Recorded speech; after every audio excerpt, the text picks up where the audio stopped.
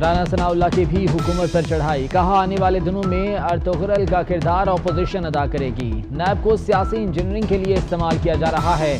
Corona virus پر صورتحال کو حکومت نے بری طرح ہینڈل کیا۔ شیخ رشید پر بھی تنقید، کہا وہ جھوٹی خبریں اڑاتے رہتے ہیں۔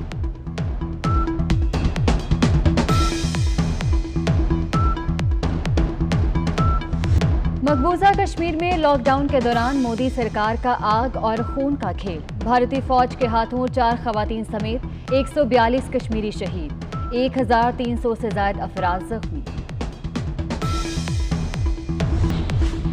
اور بادل اور بارش نے جون کے سورج کو ٹھنڈا کر دیا، مختلف شہروں میں بادلوں کی آنکھ مچولی اور رم جھم، موسم خوشگوار۔ اسلام آباد، لاہور اور جہلم میں بھی بادل برسے، ادھر اندرون سندھ میں گرمی کی لہر، موہنجو داڑو کا پارہ 45 تک پہنچ گیا۔ محکمہ موسمیات کے اسلام آباد، پنجاب اور کے پی میں مزید بارش کی پیش گوئی، شہر کائب کا موسم گرم اور مرطوب رہنے کا امکان۔